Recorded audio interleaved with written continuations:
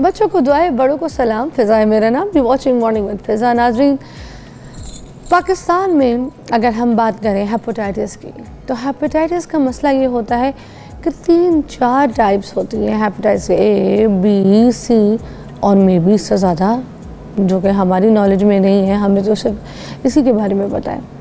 मगर आपको पता है ये जो हेपेटाइटिस सी है, जिसको हम बिल्कुल ईजी लेते हैं, हम कहते हैं जिस हो के मोस्टली लोगों को जब बताया जाए कि हेपेटाइटिस सी फैल रहा है, तो वो कहते हैं हेपेटाइटिस सी इतना नुकसानदेह तो नहीं होता, अगर फैल भी गया तो ठीक है, अगर हो गया तो ठीक हो जाएगा। और उनको ये लगता है कि अगर हो भी गया और उनके साथ ये चल रहा है तो वो सारी ज़िंदगी जीते रहेंगे, उनको कोई फ़र्क नहीं पड़ेगा। अब अगर मैं पाकिस्तान की बात करूँ तो 9.7 मिलियन एक्टिव केसेस हैं हेपेटाइटिस सी के, जो कि 97 लाख केसेस की बात करी, आप लगा लें 1 करोड़ ही बन गया। अब 25-26 करोड़ की जो आवाम है उसमें 1 करोड़ लोगों को हेपेटाइटिस सी है। अब हेपेटाइटिस सी आगे किस किस बीमारियों के साथ लिंक्ड होता है, फैलता कैसे है, लगता कैसे है, कॉम्प्लिकेशंस क्या होते हैं, जैसे लिवर का सिकुड़ना जो है ना, लिवर ट्रांसप्लांट जो है, उसके जो केसेस आप सुन रहे होते हैं, उसमें भी मुझे लगता है कि हेपेटाइटिस सी का कोई किरदार होता है। अब इसकी वैक्सीनेशंस के बारे में हमें नहीं पता कि इसकी है या नहीं है, इसके बारे में भी हमें जानकारी जो है ना वो बहुत इम्पॉर्टेंट है। हमारे पास डॉक्टर उस्मान नईम साहब मौजूद हैं, जो आज हमें हेपेटाइटिस सी के बारे में बताएंगे, और हमने इनको मौजूद किया। अस्सलाम वालेकुम। वालेकुम सलाम। उस्मान साहब, ये मुझे बताइएगा कि हेपेटाइटिस सी जो है ये फैल कैसे रहा है? इतनी जो तादाद मैं बता रही हूँ, ये इतनी फैल क्यों रहा है? जो डाटा है वो कहता है कि हेपेटाइटिस सी के फैलने की जो सबसे बड़ी वजह है 40% में reuse of the already infected syringes हैं, यानी कि किसी हेपेटाइटिस सी वाले ने सिरिंज इस्तेमाल की और वही सिरिंज दोबारा किसी नॉर्मल किसी हेल्दी इंडिविजुअल को लग गई, तो उससे हेपेटाइटिस सी फैलने की वजह 40% है। इसके अलावा ब्यूटी पार्लर्स हैं, उसके अलावा हजाम हैं, उसके अलावा जिसमें भी ब्लड का कांटेक्ट एक ब्लड से दूसरे शख्स में जाएगा तो हेपेटाइटिस सी फैल जाएगा।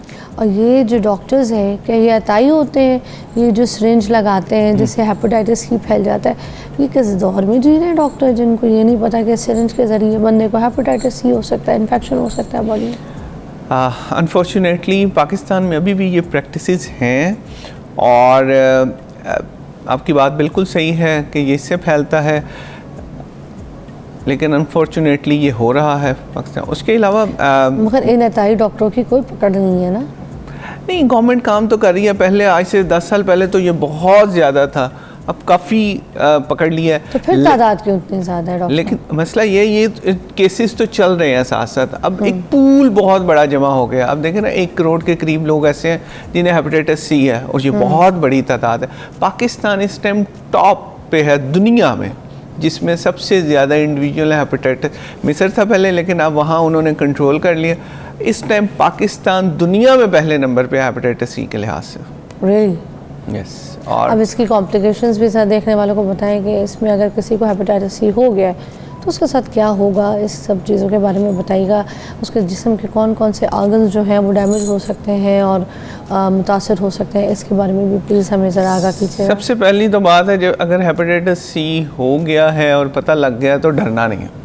सबसे पहले हेपेटाइटिस सी शुरू की स्टेजेस में कुछ नहीं कहता। हेपेटाइटिस सी का इलाज बहुत अच्छा है, 99% क्योर है, दवाइयाँ बहुत अच्छी हैं। इसके स्टेजेस हैं मतलब? जी शुरू की स्टेजेस में, अगर असल में हमारी सोसाइटी में बहुत बड़ा हेपेटाइटिस सी के साथ स्टिग्मा अटैच है। व्हाट? कि हेपेटाइटिस सी हो गया, ये एक दूसरे से फैलेगा। और सबसे बड़ी बात जो प्रॉब्लम हमें आता है, जो लोग फेस करते हैं, वो ये है कि गल्फ़ कंट्रीज़ में नहीं जा पाते। हेपेटाइटिस सी अगर पॉजिटिव आ गया, जब वो मेडिकल करते हैं तो उन्हें जब पता लग जाता है हेपेटाइटिस सी है तो वो जा नहीं पाते। उन्हें लगता है कि शायद पता नहीं कितनी मोहलक बीमारी है, किस तरह की चीज़ है, तो एक स्टिग्मा अटैच है, वो इसे दबा लेते हैं, किसी से डिस्कस नहीं करते। अगर शुरू में हेपेटाइटिस सी का पता लग गया तो इसका 99% इलाज हो सकता है, एक दूसरे से भी नहीं फैलेगा। और इतनी अच्छी दवाइयाँ गवर्नमेंट पूरे अस्पतालों में, जितने भी टर्शियरी केयर हॉस्पिटल हैं, इवन के DHQs में भी हेपेटाइटिस सी की दवाई भी मुफ्त है, हेपेटाइटिस सी के टेस्ट भी मुफ्त है। फिर भी लोग नहीं करवा रहे, उसकी वजह स्टिग्मा है। लोग कहते हैं नहीं, हमारी बीमारी का किसी को पता ना लगे। आम सेहतमंद बंदा भी जाके टेस्ट करवा सकता है क्या? WHO की रिकमेंडेशंस हैं पाकिस्तान जैसे मुल्कों में, जो भी बंदा किसी भी बीमारी के लिए हेल्थ केयर के साथ इन टच हो, कोई भी बीमारी है, गायनी का कोई मसला है, ENT का मसला है, नाक कान गला दिल, उनका लाजमी हेपेटाइटिस बी और सी का टेस्ट होना चाहिए, क्योंकि यहाँ पे है बहुत कॉमन। अच्छा, अगर टेस्ट हो गया हेपेटाइटिस सी अगर है तो उसका इलाज किया जाए, अगर नहीं है तो उसे बता दिया जाए कि भाई अब तुमने इन चीज़ों से बच के रहना। अच्छा डॉक्टर उस्मान, हम बात कर रहे थे कॉम्प्लिकेशंस की, राइट? हमारे आर्गन्स कौन कौन से डैमेज होते हैं इसकी वजह से? हेपेटाइटिस सी का अगर इलाज ना किया जाए, 10 साल चलता रहा, 8 साल चलता रहा, इतना लंबा कोई लेके चलता है? अमूमी तौर पे ऐसे ही होता है। अमूमी तौर पे जो पेशेंट हमारे पास आते हैं वो कम्प्लिकेशंस के साथ आते हैं। कम्प्लिकेशन इसकी बड़ी भयानक है। अगर एक दफ़ा कम्प्लिकेशंस आनी शुरू हो गई तो इसका मतलब है 80% जिगर ख़त्म हो गया। हाय हाय। जिगर का सबसे बड़ा मसला ये है कि जिगर तब तक आपको नहीं बताता जब तक वो बिल्कुल एंड वाली स्टेज पे नहीं आ जाता। एंड वाली स्टेजेस में जो सबसे बड़ी 4 अलामात हैं वो पेट का पानी पड़ना, खून की उल्टी आना, मरीज़ गनूदगी में जा रहा होता है बार बार, और गुर्दों पे इफेक्ट आना शुरू हो जाता है। मेजर ऑर्गन जो इससे इफेक्ट होता है वो है जिगर। लेकिन जब जिगर सुकड़ जाएगा, जिगर की कम्प्लिकेशंस आना शुरू हो जाएंगी, उसके बाद वो दिल को भी मुतासिर करेगा, गुर्दों को, फेफड़ों को, हर ऑर्गन को इफेक्ट करेगा, हत्ता के दिमाग में भी इफेक्ट आएगा और गनूदगी में जाना शुरू हो जाएंगे, याददाश्त कमज़ोर हो जाएगी, नींद नहीं आएगी, इस तरह की कम्प्लिकेशन स्टार्ट हो जाएंगी। अच्छा, ये जो जिगर सुकड़ने की बात है, इसमें हमें बड़ा सुनने को मिलता है कि ये जो बंदा था इसका जिगर सुकड़ गया। अब जिगर सुकड़ गया है तो उसका क्या मतलब है कि क्या बंदा आगे से बिल्कुल अब अपनी जो ऐसी सिचुएशन से जी रहा था आम तरीके से, अब वो नहीं जी सकेगा? जिगर सुकड़ने का जो मतलब है वो है नॉर्मल जो खुलिये हैं वो स्कार्ड खुलियों में, जैसे एक स्किन है, स्किन के ऊपर कट लगता है, स्किन के नॉर्मल खुलिये खत्म हो गए, एक स्कार सा आपको नजर आना शुरू हो जाता है। स्किन के नॉर्मल खुलिये तो फंक्शनल थे, पसीना भी आ रहा था, बाल भी उधर उग रहे थे, लेकिन जब स्कार होता है उसमें कोई फंक्शनैलिटी नहीं होती, वो फंक्शन नहीं कर पाते। इसी तरह जिगर में होता है, जब स्कार बन जाता है या फाइब्रोसिस हो जाता है तो जिगर अपना फंक्शन खो देता है। जब वो खो देता है तो फिर ये सारी अलामात आना शुरू होती हैं, और जब अलामात आएंगी तो अब जिगर सुकड़ गया तो उसका इलाज क्या है? की स्टेजेस हैं A, B और C। A स्टेज पे मोस्टली पेशेंट सही हो जाते हैं, दवाइयों के साथ गुजारा चल जाता है। लेकिन अगर C स्टेज आ गई है या B स्टेज लेट हो रही है तो उसमें फिर लिवर ट्रांसप्लांट ही मेजर उसकी ट्रीटमेंट है। अच्छा, लिवर ट्रांसप्लांट तक और कोई हल नहीं है इसके अलावा? इसका मतलब आप जो कह रहे हैं कि यही लिवर ट्रांसप्लांट ही। इसीलिए तो प्रॉब्लम है। आप देखें 1 करोड़ मरीज है, 1 करोड़ मरीज में से 30% ने शिफ्ट हो जाना है सिरोसिस में। 30 लाख हो गए। अब 30 लाख लोगों का लिवर ट्रांसप्लांट करना इज नॉट पॉसिबल ह्यूमनली। इसलिए गवर्नमेंट ने बड़े जगहों पे ये प्रोग्राम शुरू किए हुए हैं। गवर्नमेंट के अलावा फलाही इदारों ने, इंडिविजुअल्स, जगह जगह हेपेटाइटिस सी का इलाज हो रहा है, लेकिन स्टिल पेशेंट बढ़ते ही जा रहे हैं। उसकी वजह बहुत ज़्यादा रिलक्टेंस है लोगों में, और हम ये चाह रहे हैं कि लोगों को ये अवेयरनेस आए कि भाई इसका इलाज बहुत आसान है। एक गोली खानी है 3 महीने या मैक्सिमम 6 महीने, और जिसने ख़त्म हो जाना है। पहले होता था टीके लगते थे, उससे बुखार होता था, ये है वो है। अब तो इतना आसान इलाज है, सिर्फ एक गोली खानी है पैराडोल की तरह, उसके कोई साइड इफ़ेक्ट भी नहीं है। गोली खानी है, 3 महीने बाद अपना टेस्ट करवाना है, वो नेगेटिव होगा, 3 महीने बाद दोबारा करवा लेना, नेगेटिव, जान छूट गई। और देखें पाकिस्तान में लिवर ट्रांसप्लांट का खर्चा तकरीबन 40 से 70 लाख है। अगर आपको खुद से भी इलाज करवाना पड़ता है 20, 30, 40 हज़ार में, तो उसका इलाज करवाएं, उससे जान छुड़ाएं। वरना ये इतना बड़ा डिजीज बर्डन है पाकिस्तान में। पाकिस्तान इस टाइम पहले नंबर पे है इस चीज़ में।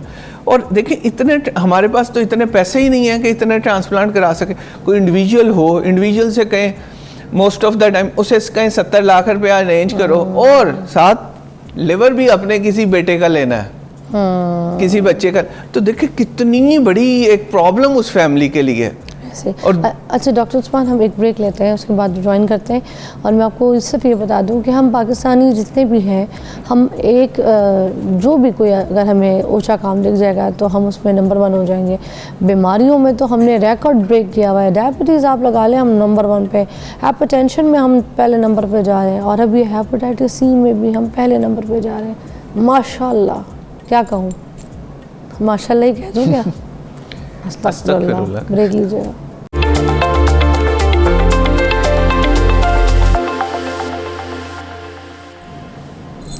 Welcome back. हम हेपेटाइटिस सी के बारे में बात कर रहे हैं। अगर प्रेग्नेंट ख़वातीन के बारे में बात करें, अगर किसी को हो गया तो जो न्यू बॉर्न बेबी है उसको भी होगा, चांसेस है, इनहेरिटेड होता है, या फिर प्रेग्नेंट औरत को लग सकता है, तो फिर अगर बच्चे को भी साथ लग जाए चांसेस है?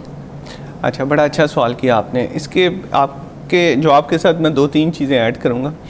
सबसे पहला तो आपका क्वेश्चन है कि ये बच्चे को ट्रांसफ़र हो सकता है या नहीं। इसके बहुत कम चांसेस होते हैं, लेस देन 1%। दूसरा जो अमूमी तौर पे क्वेश्चन पूछा जाता है वो ये है कि प्रेग्नेंट फीमेल्स को हेपेटाइटिस सी है तो उसका इलाज करना है या नहीं करना। तो उसका प्रेगनेंसी के दौरान चूँकि ट्रांसफ़र होने के बच्चे को चांसेस बहुत कम होते हैं, तो प्रेगनेंसी में हम इलाज नहीं करते क्योंकि हमारे पास वो डाटा नहीं है कि वो दवाइयाँ सेफ़ हैं या नहीं। कुछ ट्रायल्स हैं वो कहते हैं सेफ़ हैं, आप दे सकते हैं, लेकिन उसकी गाइडलाइंस नहीं है। इसलिए प्रेगनेंसी में हेपेटाइटिस सी का पता लगे तो उसका इलाज नहीं किया जाता, प्रेगनेंसी ख़त्म होने के बाद किया जाता है। और एक और इससे सवाल जोड़ के पूछा जाता है कि अगर किसी खातून को हेपेटाइटिस सी है तो वो फीड करवा सकती है या नहीं करवा सकती, और गाइडलाइन बड़ी क्लियर है इस मामले में कि उसे फीड करवाना चाहिए। उससे क्यों? क्योंकि वो फैलने के चांसेस इतने नहीं हैं, लेकिन अगर वो फीड नहीं करवाएगी बच्चे को ज़्यादा नुकसान होने के चांसेस। अच्छा, प्रेगनेंसी में भी बहुत सी ऐसी जो है ना, कुछ कहते हैं बीमारियाँ या इन्फेक्शंस या कोई ऐसी चीज़ें वो औरत को समटाइम्स नहीं लगती, बट हेपेटाइटिस सी लग सकती है प्रेग्नेंट वुमेन को। बेसिकली लगता नहीं है, उस टाइम पता लगता है कि ये हेपेटाइटिस सी भी है।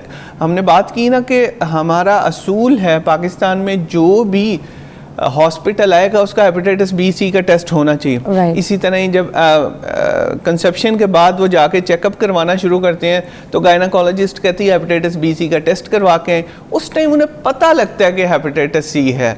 हुआ बुरा नहीं है। ब्लड देने जाते हैं, हाँ, तभी टेस्ट होता है। जी, ब्लड देने जाते हैं। कोई भी आम बंदा ब्लड देने जाता है किसी को, लाजमी टेस्ट होता है, उसके बगैर ब्लड लग ही नहीं सकता। अच्छा, तो ज्यादा जो यंग लोग हैं तब उन्हें पता लगता है कि हमें हेपेटाइटिस बी और सी है। एक ब्लड देने जाते हैं और दूसरा जब अपना बाहर जाने के लिए मेडिकल करवाते हैं तब अक्सर लोगों को कोई वैक्सीनेशन इसकी जो पहले से कोई करवा ले और उसको ये जो है हेपेटाइटिस सी से बचाव हो सके। अनफॉर्चुनेटली हेपेटाइटिस सी की वैक्सीन बन नहीं सकी। हेपेटाइटिस बी की वैक्सीन है जो कि हमारा जो EPI है स्केड्यूल उसमें इंक्लूड है। अब जितने भी बच्चे हैं उनको हेपेटाइटिस बी की वैक्सीन लग रही है, लेकिन हेपेटाइटिस सी की वैक्सीन है नहीं। अच्छा, वो अभी बन ही नहीं पाई। क्यों? इसके रीज़न इसका स्ट्रक्चर ऐसा है, चेंज हो रहा होता है बार बार। जो असूल हैं वैक्सीन बनाने के लिए वो इस वायरस के पूरे नहीं हो पा रहे। बहुत सी चीज़ों की वैक्सीन नहीं है। अच्छा, कौन सी चीज़ें जो पूरी नहीं हो पा रही, मतलब ऐसी क्या खोज है? बेसिकली वैक्सीन के लिए आपको ना एक स्ट्रक्चर चाहिए होता है। वैक्सीन का असूल ये है कि जरासीम जैसा मिलता जुलता हो लेकिन जरासीम वाला इफेक्ट ना कर रहा हो, ताकि बॉडी एक्टिव हो जाए लेकिन जरासीम ना हो। उसमें DNA का स्ट्रक्चर होता है, इसमें RNA है, उसका एक बेसिक स्ट्रक्चर है। चूँकि वो स्ट्रक्चर पूरा नहीं हो पा रहा, उस तरह की इम्यूनिटी नहीं हो पा रही, होता ये है कि जो वैक्सीन आए बॉडी में जाए, बॉडी में जाके एक्टिवेट करे, वो एक्टिवेट इम्यून सिस्टम नहीं कर पाती। तो इसलिए इसकी बन नहीं पाई। अच्छा, देखने को जो देख रहे हैं लोग हमें, उनको प्लीज़ बता दें कि ये जो हम सैलून्स वगैरह जाते हैं जहाँ पे ये हमारे नेल्स का काम होता है, मैनिक्योर पेडिक्योर होता है, हमारी आईब्रोज प्लक इन होती हैं किसी औजार के ज़रिए, धागे वागे दिए औजार के ज़रिए, और कोई डेंटल हम ट्रीटमेंट कराने चाहते हैं या कोई ऐसी सर्जरी जिसमें कोई ना कोई ऐसा औजार यूज़ कर दिया जाता है जिससे जो है ये आपको इन्फेक्शन जो है ना, अक्सर जो नाइया लोग होते हैं, नाई नहीं होते, नाई हजरात, उनकी तरफ ये जो है ना उस तरह वगैरह जो यूज़ करते हैं उससे ये फिर लग सकता है। तो ये एक डिटेल में ज़रा सबको समझा दीजिए। अच्छा, इसका एक सिंपल असूल ये है कि कोई भी ऐसी जगह जहाँ पे बॉडी की कोई भी सिक्रीशन के साथ कांटेक्ट आना हो, जैसे आंसू हैं, सलाइवा है, ब्लड है, उस जगह पे जो चीज़ यूज़ करनी है या डिस्पोजेबल हो या सिर्फ आपकी अपनी हो। इन जगहों पे ज़्यादा क्यों? क्योंकि बॉडी की सिक्रीशन से इसने फैलना। ब्लड हो गया, सलाइवा हो गया, हाँ। बॉडी फ्लूइड्स जितने भी हैं उनमें वायरस सक्रीट होता है।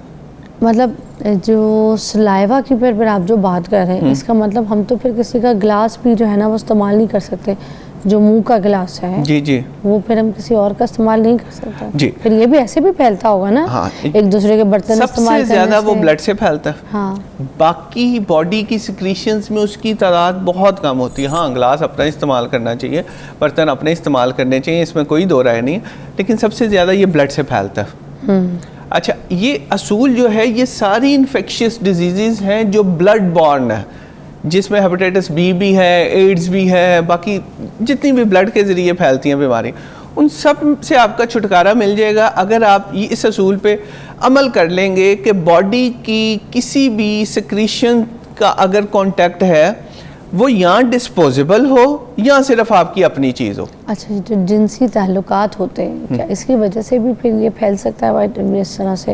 हेपेटाइटिस सी फैलता है। हेपेटाइटिस बी, सी और एड्स ऐसी बीमारियां हैं जो जिनसी ताल्लुकात से फैलती हैं। गवर्नमेंट ने अब बड़ा अच्छा एक अगर किसी मियाँ को हो गया है या किसी बीवी को हो गया है तो फिर ये फैलने के चांसेस हैं। बीवी को तो हस्बैंड को भी होगा, हस्बैंड को तो बीवी को भी। ओह माय गॉड, फैलने के चांसेस हैं। और क्योंकि हेपेटाइटिस बी के मुकाबले में या एड्स के मुकाबले में कम फैलता है, लेकिन फैलता है। अच्छा, तो थैंक यू सो मच, बहुत बहुत शुक्रिया, आपने हमें बहुत अच्छी तरीके से समझाया। और आखिर में मैं सबको ये भी आपकी बात को आगे बढ़ाते हुए मैसेज दूँगी कि आप अपना जो है ना ख्याल करें, बाल कटवाने जाएं, किसी नाई के पास जाएं तो आप अपना ख्याल खुद करें, उसने आपका ख्याल नहीं करना है। उससे पूछें, अपने सामने नया ब्लेड खुलवाएं और उस ब्लेड से अपनी शेव करवाएं। जो भी किसी डॉक्टर के पास जाना है, कोई गांव में, रूरल एरियाज़ में, छोटे शहर में अगर आप जाते हैं तो उससे पहले जो उसकी सिरिंज है वो उसकी नहीं खुलवाएं, पैकिंग से खुली हुई सिरिंज खुलवाएं और फिर उसको बोलने लगा। अगर आप किसी ब्यूटी पार्लर में जा रहे हैं तो वहाँ पर जितनी भी जो आपकी कुछ चीज़ें जो आपको यूज़ की जा रही हैं, चाहे आपके नेल्स के लिए, आईब्रो के लिए, तो आप उनको बोलें स्टेरिलाइज्ड है कि नहीं है। आप पूछें, अपना ख्याल रखें ना, कोई और आके आपका ख्याल नहीं रखेगा, ना वो रखेंगे, आपने रखना है। देख लीजिएगा।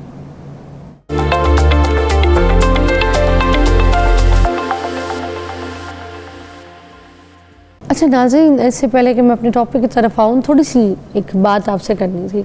मौसम इस वक्त चेंज हो रहा है ना, वायरल इन्फेक्शन बहुत ज़्यादा फैले हुए हैं और ऐसा कोई वायरस फैला हुआ है मुझे नहीं पता कि 3-4 दिन तक शदीद बुखार लोगों को होता है, गला ख़राब होता है सिर्फ आपका, उसके बाद फ्लू होता है। फ्लू इतना ज़्यादा नहीं होता आपको बस, मगर बुखार आपको बॉडी में इतना ज़्यादा हो जाता है, जिस्म आपका टूटना शुरू हो जाता है, दर्द होता है। और ये शाम के टाइम से ना आपके दर्द शुरू हो जाती है बॉडी में और आपका जिस्म टूटना शुरू हो जाता है, इतनी दर्द होती है। उफ़ अल्लाह, आपको पता है मेरा पूरा आधे से ज़्यादा ऑफिस जो है ना वो इसी तरह इन्फेक्टेड हुआ है। मुझे भी कल से ये चीज़ें लड़ी हैं और मुझे भी मेरा गला ख़राब है, मेरे गले में दर्द है और इसी तरह मुझे एक चुभन भी हो रही है गले में और बॉडी में भी पेन हो रहा है। फजूल की दवाइयाँ जो है ना उनसे परहेज़ कीजिएगा जब तक आप अपनी केयर ख़ुद से नहीं करेंगे। केयर में देखें, मैं कहती हूँ कि जो ये मौसम जब चेंज होता है ना तो इसमें सबसे पहले अल्लाह बख्शे मेरी अम्मी कहती थी कि आता मौसम और जाता मौसम सबसे ज़्यादा ख़तरनाक होता है, सबसे ज़्यादा अपने परहेज़ इसमें करनी है। जब फिर उसके बाद जब ठंड आ जाए, बर्फ़ गिर जाए, अम्मी कहती थी उसके ऊपर आप ऐसे लेट जाओ, सपड़ जाओ, उस पर कोई फ़र्क नहीं पड़ेगा। मगर जो आता जाता मौसम है ना वो चेंज हो रहा होता है, गर्मी से सर्दी मिक्स हो रही होती है, फिर जब जा रहा होता है सर्दी से गर्मी के ऊपर चढ़ रहा होता है मौसम। ये मौसम ज़रा डेंजरस होते हैं। मैंने तो अपने लिए अभी नई चीज़ें शुरू कर दी। ये देखिए आपके सामने मैं दिखाती हूँ, कॉफ़ी रखी हुई है, ये मैंने नहीं पी, ओके। उसके बाद इसी तरह मेरे पास एक ग्रीन टी आई थी, जो कि ग्रीन टी मेरा मुझे लगता है कि गला खुश्क कर देती है, ऑलरेडी ड्राइनेस हुई हुई है गले में, तो मुझे वो नहीं पीनी थी। फिर ये मैं घर से चाय लेकर आई हूँ, इसको मैंने पहले इसका जो है ना अर्क निकाला हल्का सा सौंफ में, इलायची डाली, फिर मैंने जो बड़ी इलायची होती है ना उसका दाना तोड़ के इसके अंदर मैंने अच्छे तरीके से इसको पका के इसका अर्क निकाला। जब ये अर्क बन गया तो फिर मैंने इसमें चाय की पत्ती डाली, थोड़ी सी चाय की पत्ती को 1-2 उबाला ताकि उसका मुँह खुल जाए, ढक्कन ढाके, ढक्कन नहीं खोलना, चाय का जो असल पकाओ उसको ढक्कन ढाके पकाना है ताकि खुशबू भी और उसका दाना जो उसका मुंह खुले वो दम में। उसके बाद फिर मैंने दूध को अलग से गर्म करके और फिर इसके अंदर डाल दिया। अच्छा, अब इसमें सीन ये है जो मेन इंपॉर्टेंट कि मैंने इसमें हल्का सा ऑलिव ऑयल गर्म करके डाल दिया। अब ऑलिव ऑयल से होगा कि जो गले में ड्राइनेस है ना उसमें बड़ी आराम सूदिंग आ जाएगी और थोड़ा सा सुकून आ जाएगा। अदरवाइज़ तो मैं आपके सामने बोलने के भी नहीं काबिल, अभी इतनी मुझे खांसी हो रही है, इतना मेरा गला ख़राब सा हो रहा है। अच्छा, खांसी भी वो जो आप खांस दे रहे हैं, ऐसा फील होता है कि आप बात करें तो अभी खांसी शुरू हो जाएगी। मैं इतने एहतियात से फूंक फूंक के अपने लफ्ज़ों का इस्तेमाल कर रही हूँ, आस्ता आस्ता बोल रही हूँ कि कहीं ये ना हो कि मुझे खांसी शुरू हो जाए, फिर आगे का शो कैसे करूँगी। तो फिर आप भी अपना ख्याल रखें, ये चीज़ों से बचें। छोटे छोटे जो बच्चे हैं ना उनके गलों में दर्द होती है तो बहुत तकलीफ़ होती है उनको, और हमसे ही तो लगेगा, उनको किससे लगेगा। आप अपना ख्याल रखें, आपके बच्चों को नहीं लगेगा। और आप देखें ना ऑफिस में किसी एक बंदे को हुआ, इनके बीच में फिर टुर के तो सारे बंदे जो है इन्फेक्टेड हो गए। उसी तरह घर में किसी 1-2 बंदे को लग जाए पर सारे बंदे इन्फेक्टेड हो जाते हैं। फिर जो गरगरा है ना, गरगरा उसे ज़रूर करें, हल्का सा नमक डाल के, ठीक है, जैसे आप कहते हैं गरारा, ठीक है, उसको गरारे करें हल्के से गले को सुबह उठते के साथ ही।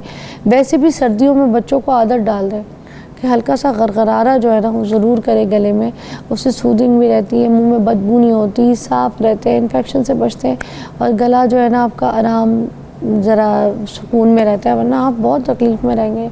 अभी बहुत बुरा मौसम है, अपना ख़ास ख्याल रखें। मैं तो ठीक नहीं हूँ, अपने आप को ठीक रखें। ब्रेक ले लें।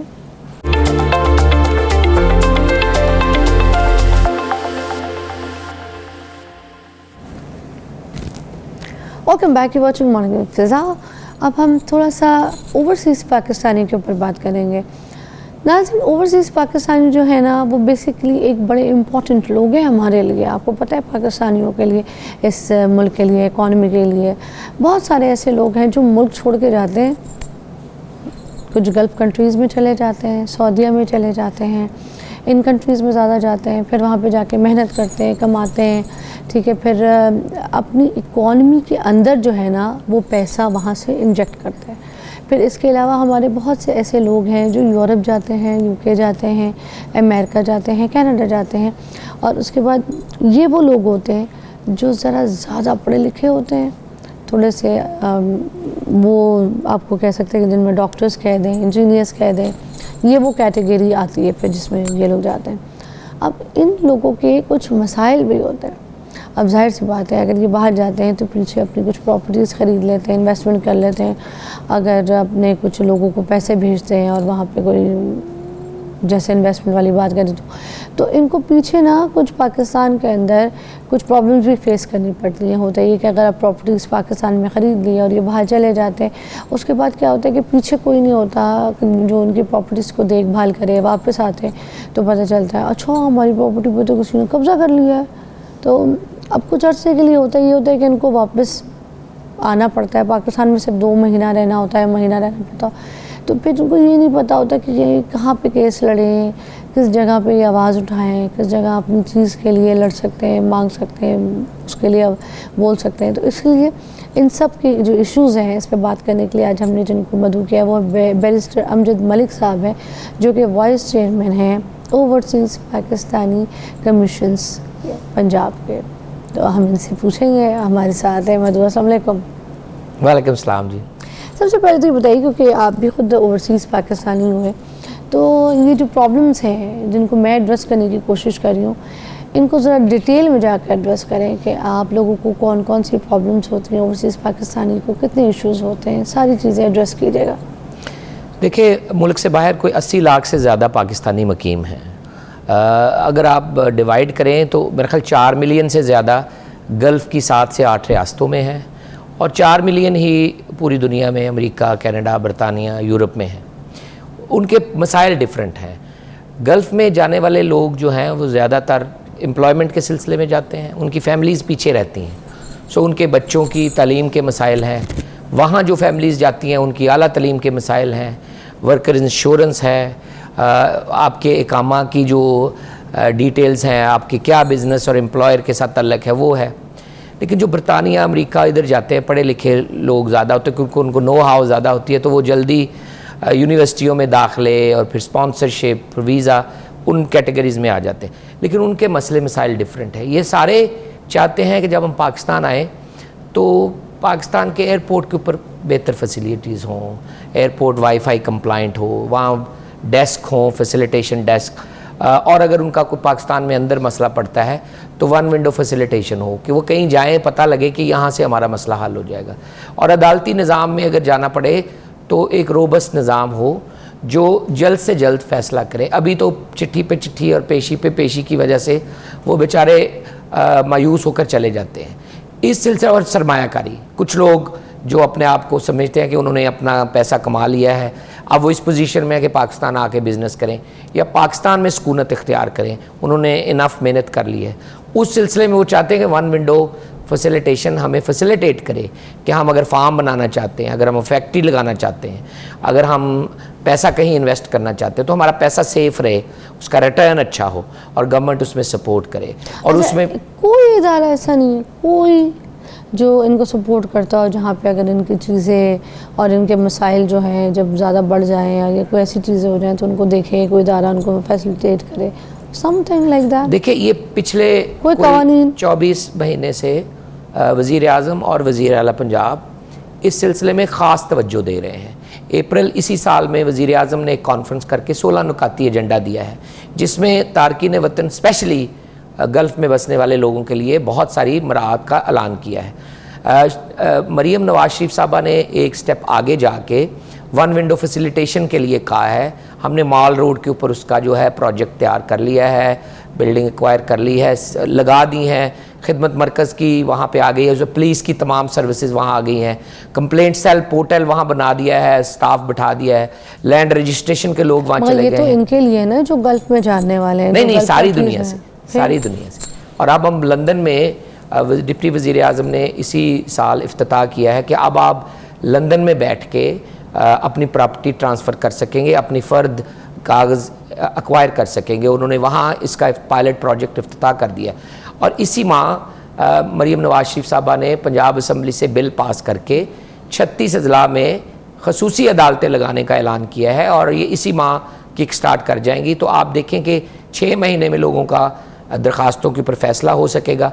मुल्क से बाहर से वो अदालत से रजू कर सकेंगे, मुल्क से बाहर बैठ के वो अदालत में वीडियो कॉन्फ्रेंस के ज़रिए बयान दे सकेंगे। अच्छा, मतलब मैं यही क्योंकि जानना चाह रही थी कि अगर वो मुल्क से बाहर बैठे और उनकी किसी प्रॉपर्टी पे कब्जा हो गया तो फिर वहाँ से बैठ के कैसे लड़ सकते हैं? वो ओवरसीज़ कमीशन पंजाब से अपने फ़ोन के ज़रिए रब्ता करेंगे, अपनी कंप्लेन दर्ज करवाएंगे। मुतल्लिका महकमा जो है वो DC को देगा, वो कोशिश करेगा कि दोनों पार्टियों को बिठा के मामला ख़त्म करने की कोशिश करे। अगर वो ना कर सके तो मामला अदालत में जाएगा, जो वो ई-पिटीशन कर सकेंगे और वहीं बैठ के एम्बेसी के ज़रिए उसमें वो ज्वाइन कर सकेंगे और वो वहाँ फ़ैसला 6 महीने में होगा। अच्छा, जायदाद की अगर मैं बात करूँ ना, जैसे उनकी जो रजिस्ट्री होती है अगर उसको डिजिटल कर दिया जाए या उनको ऑनलाइन कर दिया जाए, फिर उससे जौन सा है जो कब्ज़े वगैरह जो हो रहे होते हैं ना, इसके ऊपर बड़ी प्रॉब्लम आ सकती है। आपका बहुत अच्छा पॉइंट है। हाँ, हम काम हो रहा है? पंजाब हुकूमत कोशिश कर रही है कि तमाम लैंड रजिस्ट्रेशन जो है वो कंप्यूटराइज्ड हो। इसीलिए मुल्क से बाहर वो सर्विस देने के लिए जा रहे हैं, क्योंकि कंप्यूटराइज्ड होगी तो आप लैंड डॉक्यूमेंट निकलवा सकते हैं। पानी पी लें, आपका गला थोड़ा ख़राब हुआ है। सबको मसला चल रहा है, इसी पे अभी बैठ के मैं रो रही थी थोड़ी देर पहले, मैं यही बात कर रही थी। देख लें आप, ओवरसीज़ पाकिस्तानी को भी, जो पाकिस्तान में भी आएगा उसको इन्फेक्शन, मौसम ही ऐसा है। सर जी ठीक है जी, बिल्कुल। लैंड रजिस्ट्रेशन को कंप्यूटराइज किया जा रहा है, इसीलिए मुल्क से बाहर पायलट प्रोजेक्ट शुरू किए जा रहे हैं कि पंजाब लैंड रजिस्ट्रेशन डिपार्टमेंट अब आपको आपके लैंड डॉक्यूमेंट कंप्यूटर के ज़रिए वहाँ आपको देगा मुल्क से बाहर, एंड देन आप वहाँ बैठ के उसको ट्रांसफ़र कर सकेंगे। यानी वहीं बैठे बैठे आप कंप्यूटर के ज़रिए अपनी लैंड किसी और को ट्रांसफ़र कर सकें। इससे जो आप रिश्तेदारों को पहले पावर ऑफ अटर्नी भेजते थे और उसमें कोई गड़बड़ होती थी, उसका खात्मा करने की में मदद मिलेगी। अब आप खुद ही जाके बायोमेट्रिक के ज़रिए लैंड रजिस्ट्रेशन डिपार्टमेंट के ज़रिए अपनी प्रॉपर्टी पंजाब में ट्रांसफ़र कर सके। ये बहुत ही मानी खेज़ और पर्पसफुल प्रोजेक्ट है, जिससे लोगों को जो उनका दरीना मामला है कि जी हमारी लैंड जो है हमें पता ही नहीं है उसके ऊपर क्या लोन है, या किसी ने ट्रांसफ़र तो नहीं कर ली, या कब्ज़ा तो नहीं हो गया। अब लैंड क्लियर होगी तो ट्रांसफ़र होगी, तो जब आप लैंड के डॉक्यूमेंट निकालेंगे तो आपको पता चल जाएगा कि इसके ऊपर कोई कॉवर्नेंट तो नहीं है या कोई चार्ज तो नहीं है। अच्छा, ओवरसीज़ पाकिस्तानी अगर पाकिस्तान में कोई इन्वेस्टमेंट करता है, कोई प्रॉपर्टी ख़रीदता है, कोई चीज़ लेता है, तो उसको किन चीज़ों का ख्याल रखना चाहिए बाहर बैठ के कि यहाँ पर जो भी मैं कोई चीज़ अगर प्रॉपर्टी में पैसा लगा रहा हूँ या कोई बिज़नेस में, तो मैं क्या अपनी चीज़ें जो है प्रिकॉशंस के साथ? 2-3 चीज़ें हैं। अगर आप प्रॉपर्टी में इन्वेस्ट करना चाहते हैं तो रिलायबल जो कॉलोनी बना रहे हैं उन लोगों से अपना प्लॉट ख़रीदें और चेक कर लें, पहले चेक करें कि ये प्लॉट कहाँ सिचुएटेड है। लोगों को कई दफ़ा पता नहीं होता, वो शो केस में सेल्समैन के हाथों लुट-पुट जाते हैं, और जब यहाँ आके देखते हैं तो पता लगता है कि माल रोड से कुछ 35-40 मील बाहर है कॉलोनी और वहाँ पे दुश्वार रास्ता है। तो ये चेक करें, आप विजिट कर सके तो क्या ही बात है। आप देखें कि आपकी कॉलोनी कहाँ सिचुएट करती है, फिर चेक करें कि इन लोगों ने पहले भी कोई कॉलोनी या प्लॉट बनाए हैं। और तीसरा, रिलायबल लोगों से लें। आपके जो डॉक्यूमेंट्स हैं वो पहले वेरीफाई करें। जो लोग आपको प्लॉट दे रहे हैं या डॉक्यूमेंट दे रहे हैं, या अगर आप मकान ख़रीद रहे हैं या अगर आप घर यहाँ ले रहे हैं, तो चेक करें कि उसका टाइटल क्लियर हो, उसमें कोई लोन ना हो, उसमें कोई डिस्प्यूटेड लैंड ना हो, उसमें कोई इंजंक्शन ना हो, कोई कोर्ट प्रोसीडिंग ना हो। कई दफ़ा ऐसा होता है कि आप प्लॉट ले लेते हैं, बाद में पता चलता है कि पूरी की पूरी कॉलोनी स्टे के ऊपर चल रही है और कोर्ट का स्टे है इसके ऊपर, और किसी भी वक्त उलट सकता है। और तीसरा, आप अगर घर लेते हैं तो उसकी... अच्छा, एक न्यूज़ की ब्रेक है, ये घर की जो बात है ना, यहीं से कंटिन्यू करेंगे। Take break.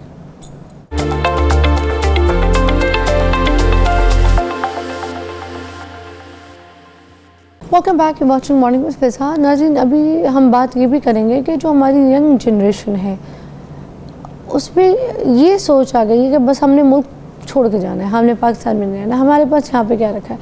और लाखों की तादाद में हमारे मुल्क से लोग छोड़ के जा रहे हैं, मुल्क से बाहर जा रहे हैं।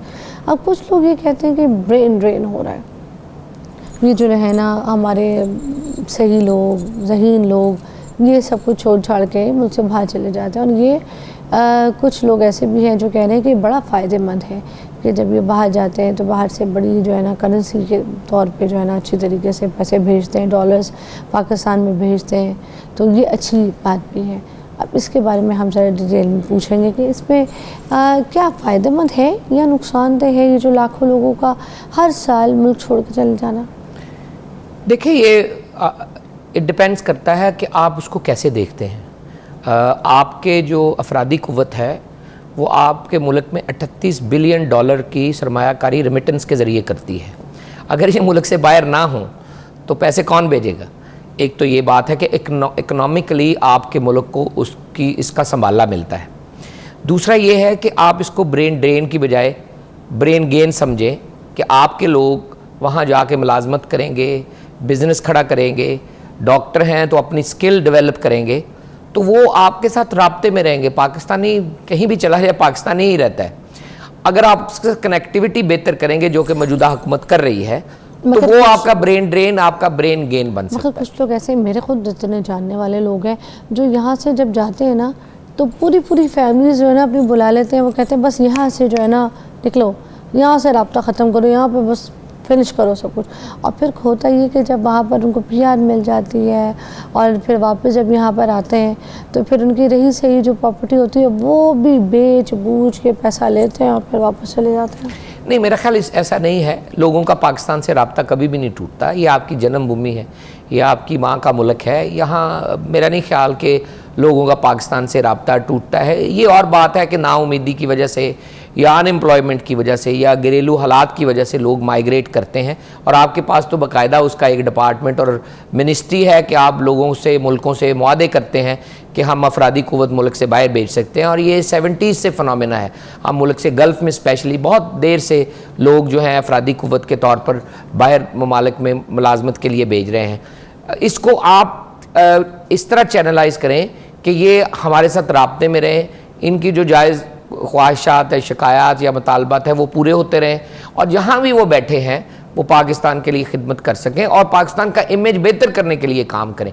इनको मुल्क से बाहर डिवाइड नहीं करना चाहिए, वहाँ ये एक पाकिस्तानी के तौर पे इनको ट्रीट करना चाहिए। और स्पेशली अमेरिका और बरतानिया में हमें कोशिश करनी चाहिए कि उनको, उनकी स्किल को हम इस्तेमाल करें, वहाँ बैठे लोगों को मुल्क के ख़िलाफ़ कभी भी डिवाइड ना करें और एक as a group, as a overseas Pakistani उनको ट्रीट करें और उनको अपने साथ लेके चलें। मगर ये काम तो गवर्नमेंट का है ना, तो फिर ये किस तरीके से स्टेप उठाया? क्या गवर्नमेंट इसके ऊपर कोई काम कर रही है कि अगर हमने कोई पूल वहाँ पे जो डेवलप किया है, ठीक है, जो स्किल्ड लोग हैं सारे, अब उनके स्किल से किस तरीके से फ़ायदा हम उठा सकते हैं, उसका तरीका क्या होगा? देखिए, ये आपका बहुत अच्छा सवाल है। अगर हमारे पास बरतानिया में 16,000 डॉक्टर हैं या 20,000 से ज़्यादा डॉक्टर्स अमेरिका में हैं, तो ये हमारी हुकूमतों का फ़र्ज़ है कि आप उनको थिंक टैंक का हिस्सा बनाएं। इस सिलसिले में OPF के ऊपर भी मैकेनिज़्म है कि आप एडवाइज़री काउंसिल के ज़रिए उनको कौमी इदारे में शामिल कर सकते हैं। OPC पंजाब में भी एडवाइज़री काउंसिल का कॉन्सेप्ट है, हमारे कानून में उसका जगह है और हम उसके ऊपर काम भी कर रहे हैं कि हम चीदा पाकिस्तानियों को मौका दें कि वो पाकिस्तान में 2 या 3 साल के लिए हमारे साथ कंट्रीब्यूट करें और हम उनकी राय लें कि उनके क्या इश्यूज़ हैं, पाकिस्तान में वो क्या चाहते हैं, क्या होना चाहिए, एयरपोर्ट पे क्या होना चाहिए, उनके बड़े बड़े मसले क्या हैं और हम उसका किस तरह हल निकाल सकते हैं। उनकी राय लेंगे तो वो अपने आप को एज स्टेक होल्डर कौमी इदारे में शामिल होने पे फ़ख्र महसूस करेंगे और हम एक स्टेप आगे जा रहे हैं। There was a huge outcry कि हम उनको वोट का हक़ दें।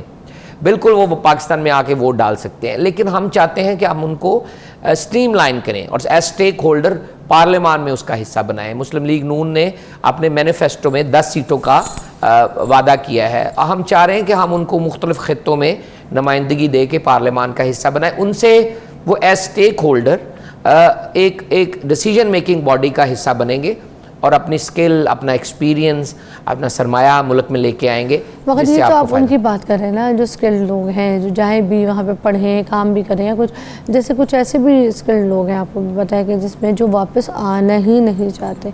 वो कहते हैं हमारी लाइफ यहाँ पे सेट हो चुकी है, हम यहाँ से जो है ना नेशनलिटी हासिल कर चुके हैं, हमने अब वापस जाकर क्या करना है, बस हमारी लाइफ यहाँ पर अच्छी चल रही है, तो अब 1-2 साल के लिए हम पाकिस्तान में आए, पाकिस्तान को कुछ देने के लिए, तो हम क्या दें, हमारे पास इतना कोई टाइम है क्या? ये भी तो बात है। ये आपकी अच्छी बात है। कुछ लोग होते हैं ऐसे मुआशरों में, कुछ लोग होते हैं जो अपने आप को एक PR के ऊपर कन्फाइन कर लेते हैं और कहते हैं कि हम सेल्फ सफिशेंट हैं और हमने अपनी गुर्बत या अपनी चीज़ें दूर कर ली हैं और अब हम जहाँ हैं खुश हैं, तो हम उनको खुश रहने देते हैं। हमें ज़रूरत नहीं है पाकिस्तान को कि ऐसे लोगों को बेवजह तंग करें, लेकिन अगर उनको पाकिस्तान में आना है और उनको सहूलियात दरकार हैं या उनको कोई इश्यूज़ हैं, तो OPC पंजाब, मैडम समन राय, मैडम मरियम ने लगाई हैं एक एबल कमिश्नर, तो वो उनकी टीम हल करने के लिए तैयार है। हम ये चाह रहे हैं कि एयरपोर्ट से लेके आने और जाने तक जो भी उस रास्ते में हायल रुकावटें या उनको कोई मुश्किलात हैं या उनकी कोई चीज़ें हैं, वो एक ही छत तले हल हों और दैट हम उसी के लिए कोशिश कर रहे हैं। अच्छा, हम उन डिसग्रंटल्ड लोगों को भी एड्रेस कर रहे हैं, हाँ, जो शायद मुल्क में नहीं आना चाहते। अच्छा, कुछ लोग, मैं उनके बारे में बात करूँगी कि वहाँ पे पाकिस्तान का नाम जो है ना बदनाम करें, सीधी सी बात है। अब जैसे रिसेंटली एक बहुत बड़ा इशू उठा था कि जो सऊदीया गल्फ़ कंट्रीज़ में यहाँ से लोग जाते थे, वहाँ पे जाके भीख मांगना शुरू कर देते थे, ठीक है, फ्रॉड करना शुरू कर देते थे। तो अब यूरोप UK भी जो कुछ लोग जाते हैं वहाँ पे कुछ इलीगल कामों में जो है ना मुलव्वस हो जाते हैं, फिर डंकियाँ लगा के जाते हैं। इन लोगों को किस तरह से गवर्नमेंट हैंडल करेगी? ये आपका बहुत अच्छा पॉइंट है, because it relates directly to image of Pakistan.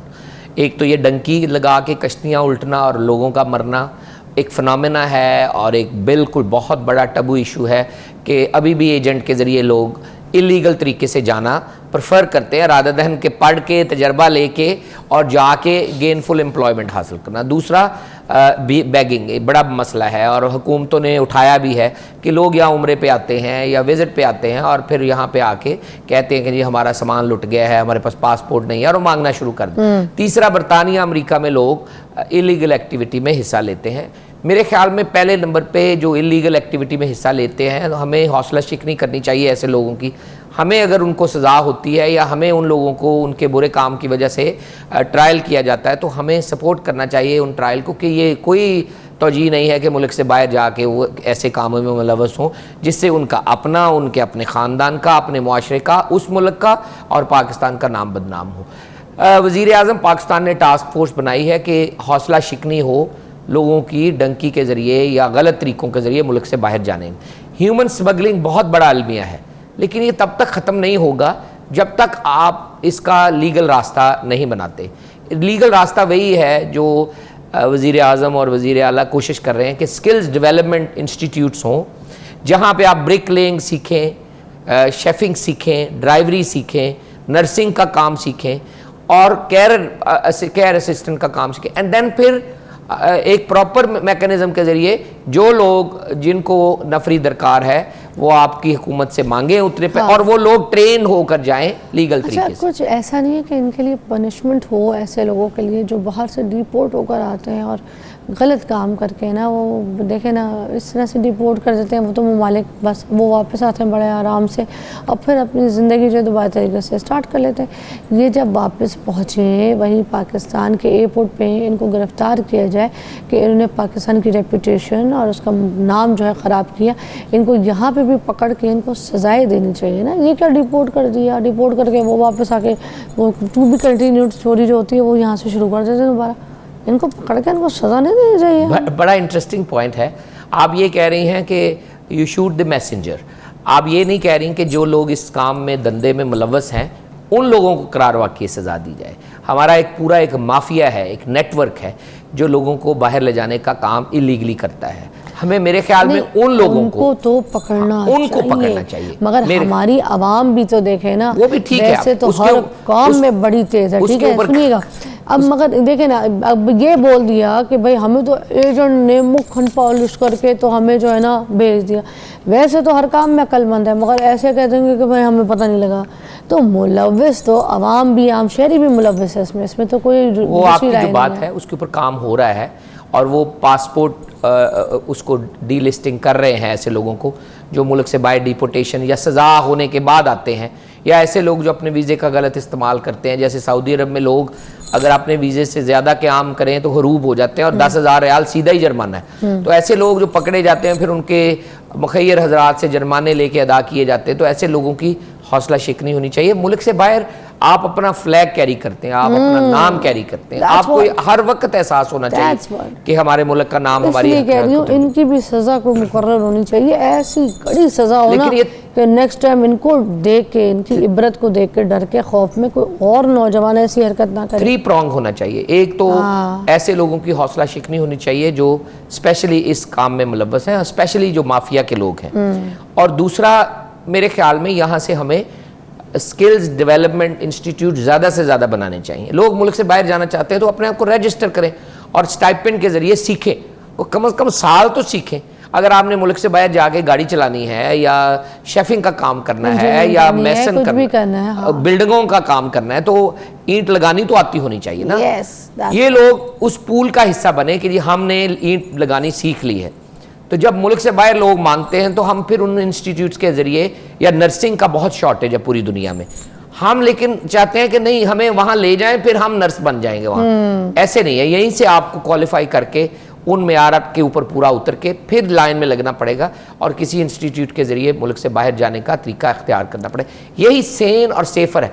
जब तक ये टेक ओवर नहीं करेगा कि हम ट्रेन करके मुल्क से बाहर जाएँ और लीगल तरीके से जाएँ, तो ये इलीगल रास्ते हम टाइम बिंग के लिए तो ख़त्म कर लेंगे, लेकिन ये किसी और रास्ते से अपना रास्ता बनाएंगे। यानी उनके ऊपर भी हाथ डालें, लेकिन साथ लीगली मुल्क से बाहर भेजने के जो तरीक़ाकार हैं, जो मरवजे असूल हैं या जो ट्रेनिंग इंस्टीट्यूट है, इनकी नैया को इनकी very important. Thank you so much, बहुत बहुत शुक्रिया आपका, हमें बहुत इस चीज़ से गाइड किया। बाकी यही कहूँगी कि सुधर जाए। Take a break.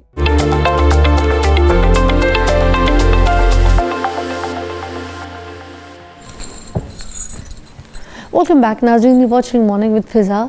अभी हम थोड़ा सा इस टॉपिक पे बात करेंगे कि जो गुर्दे हैं ना नाज़रीन, ये गुर्दों की हम लोग एक्चुअल में ना केयर नहीं करते बिल्कुल भी। अब होता क्या है कि हमारे यहाँ पाकिस्तान में अब थोड़ी देर पहले जैसे कि हमने बताया कि हेपेटाइटिस सी जो है ना उसमें हम पहले नंबर पे आ चुके हैं। तो हम आपको एक और बात बता दें कि गुर्दों के इशू में भी हम ऑलमोस्ट टॉप पे भर रहे हैं। हमारे वहाँ हर दूसरे तीसरे फर्द को जो है ना ये गुर्दे की पथरी का जो है वो इशू हो जाता है। अब हालांकि ये नहीं होना चाहिए, इसकी वजह ये है कि हमारी डाइट जो है वो ठीक नहीं है। हमारी डाइट में जो है ना एक तो नमक का बहुत ज़्यादा इस्तेमाल होता है, ठीक है। फिर पानी, जो पानी है जिसको मैं कहती हूँ हमारा जिस्म पानी पे चलता है, इसका इस्तेमाल तो बहुत ज़्यादा कम करते हैं हम। अगर हम ऑफिस में बैठे हैं सारा दिन हम पानी नहीं पिएंगे, 9-9 10-10 घंटे हम पानी नहीं पिएंगे, ठीक है। तो ये सब वजूहात जो हैं आपको पता है गुर्दों में तकलीफ़, सूजश और पथरी का बाइस बनती है। अब अगर ना भी होना ये चीज़ पथरी, तो फिर इन्फेक्शन हो जाते हैं। तो हमेशा एक चीज़ को नोट कर लें कि आपका जो लोअर साइड है ना, जो पसलियाँ नहीं होती आपकी, उसके वहाँ पर और उसके बिल्कुल बैक साइड पे, जो कमर के अंदर अगर पीछे आपको उधर दर्द हो रही है ना, तो आप समझ जाएं कि आपको जो गुर्दे हैं ना उनको इशू हो रहा है। कोई भी इशू हो सकता है, कोई इन्फेक्शन हो सकता है, कोई पथरी हो सकती है, कोई सूजिश हो सकती है, किसी भी किस्म से आपके गुर्दे जो है ना वो मुतासर हो रहे हैं। फिर ये जो नमक है हम हर चीज़ में डाल के खा रहे होते हैं, अंडे में नमक खा रहे होते हैं हम लोग, सैलड में नमक खा रहे होते हैं, पानी में भी लोगों को डाइल्यूट करके नमक पीने का बड़ा शौक है। वो कहते हैं भाई हम पानी में थोड़ा सा नमक और चीनी डालते हैं तो फिर हमें पानी, ये कभी कभी ठीक है जब आप थोड़ा सा डिहाइड्रेट फील करें तब पी लें, रोज़ नहीं। फिर जब आपको प्यास लगे ना तो खुदा के वास्ते सिर्फ पानी पिए, पानी। ये जूस, ये कोल्ड ड्रिंक्स, इससे परहेज़ करें, बल्कि इसको छोड़ दें। आपके गुर्दों को पानी चाहिए, कोल्ड ड्रिंक्स थोड़ी चाहिए, ये जूस नहीं चाहिए, कॉफ़ी भी नहीं चाहिए। एक तो पहले आपकी बॉडी डिहाइड्रेट हो रही है, उसके बाद उसमें आप शुगर ऐसी ऐसी चीज़ें ऐड कर लेते हैं कि आपके जो वो गुर्दे हैं ना उसको, उस शुगर को भी बाहर निकालने के लिए कितनी एफर्ट करनी पड़ती है, फिर वो वहाँ पर मुतासर होते हैं।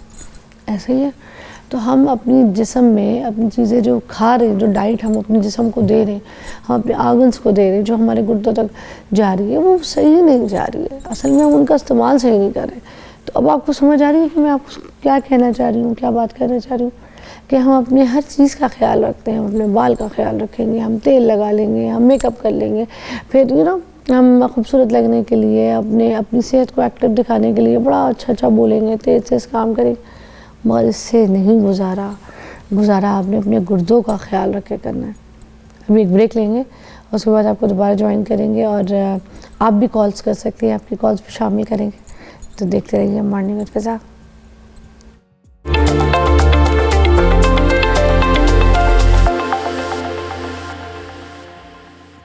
वेलकम बैक नाज़रीन। कुछ इंटरेस्टिंग खबरें आपके साथ शेयर करते हैं।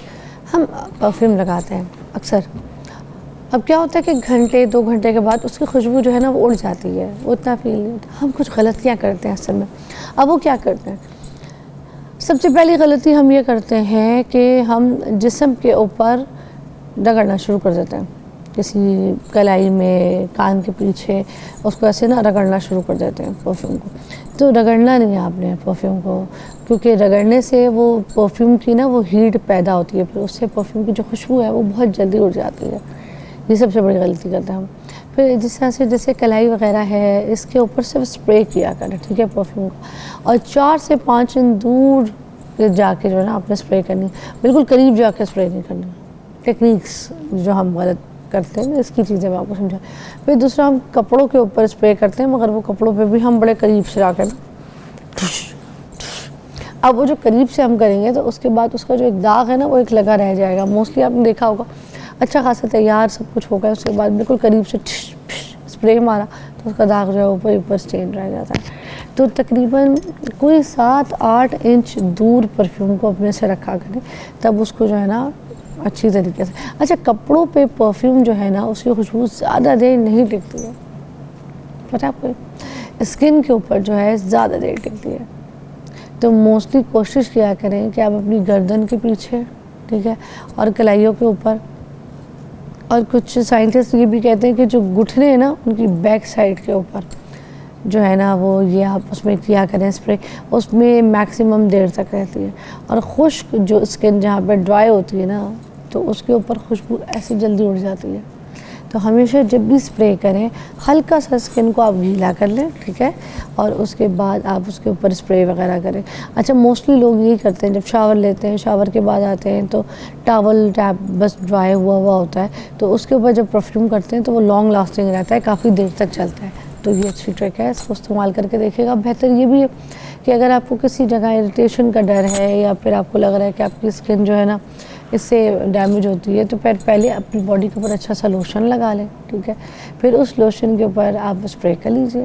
जैसे मोस्टली लोग शावर लेके निकलते हैं तो उसके बाद बॉडी लोशन का इस्तेमाल करते हैं, और उसकी या फिर कुछ लोग ऑलिव ऑयल अपनी पूरी बॉडी के ऊपर लगाते हैं, कोकोनट ऑयल लगाते हैं, या फिर कुछ लोग मॉइस्चराइज़र लगाते हैं, फिर उसके बाद आप परफ्यूम लगा सकते हैं। उसके ऊपर जो आपकी जो एक सेंसिटिव हो जाती है ना स्किन का इरिटेशन, उसके भी चांसेस कम हो जाते हैं। बस परफ्यूम जो है ना उसको थोड़ा सा दरमियानी मिकदार में इस्तेमाल किया करें। कुछ लोग ऐसे होते हैं कि जो जब इस्तेमाल करते हैं तो वो अपने बैग से परफ्यूम निकालते हैं और उसके बाद पूरे के पूरे जिस्म में, अपने बालों में, ऐसे हाल के बस उन पे तो उनके साथ बैठना भी मुश्किल हो जाता है। जहाँ से गुजरते हैं तो उनकी खुशबू की वजह से हमारे सर में दर्द हो जाता है। तो इतनी बस सैंड जो है ना आपके पास से आनी चाहिए कि आपके जो करीब इर्द गिर्द के लोग बैठे हैं उससे हल्का हल्का आपको बस फील हो, हल्की हल्की भीनी भीनी खुशबू आए, साफ़ सुथराई और खुशबू का एक अच्छा इम्पैक्ट पड़ता है। तो ये आपको थोड़ा सा टिप हमने बताया है, तो आप इसको करके देखिएगा। अच्छा, जो बरतानवी शहज़ादे हैं ना विलियम, उनके 3 बच्चे, उनका रिसेंटली एक इंटरव्यू हुआ, उसमें उनसे पूछा गया कि जो आपके बच्चे हैं वो मोबाइल यूज़ करते हैं? तो उन्होंने कहा मेरे बच्चे बिल्कुल भी मोबाइल यूज़ नहीं करते और ना मैं अपने बच्चों को इजाज़त देता हूँ। एक की उम्र है 12 साल, एक की उम्र है 10 साल और एक है 7 साल।